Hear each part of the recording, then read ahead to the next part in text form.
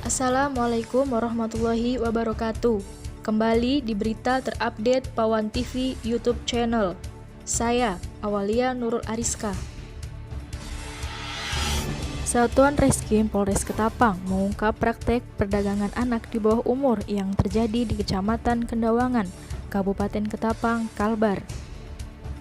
7 tersangka berhasil diamankan. Kita menerima laporan bahwa telah terjadi perdagangan atau prostitusi yang melibatkan anak di bawah umur yang terjadi di wilayah Kecamatan Kendawangan, Selasa 5 Januari 2021.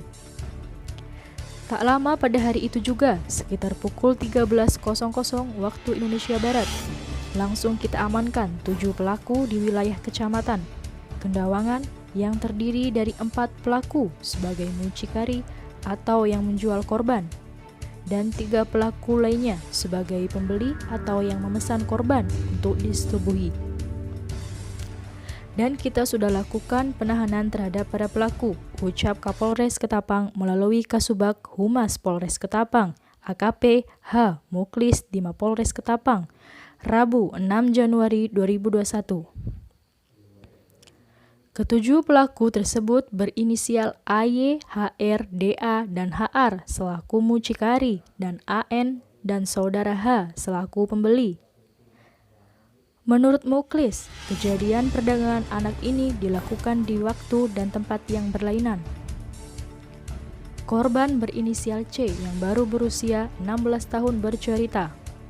Kejadian bermula pada pertengahan bulan November 2020 yang awal mulanya ia yang merupakan teman sekampung dengan keempat pelaku AY, HR, DA, dan HR dijemput para pelaku di rumah korban untuk diajak jalan-jalan ke pasar Kendawangan. Namun di tengah jalan, korban dibawa ke lokasi pantai Pulau Kucing, Kecamatan Kendawangan untuk bertemu dengan seorang laki-laki yang sudah menunggu mereka, ujar Muklis. Ditambahkannya bahwa setelah para pelaku mucikari menemukan korban bersama pelaku A, terjadi transaksi dan selanjutnya korban C ditinggalkan para pelaku untuk disetubuh pelaku A di dalam mobil pelaku A.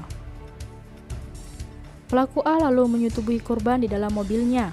Setelah selesai, korban C lalu dijemput kembali oleh keempat pelaku mucikari untuk selanjutnya diberi uang sebesar 1 juta rupiah dan dibelikan sebuah handphone seharga 600.000 rupiah sebagai imbalan atas jasanya melayani pelaku A, terang Muklis.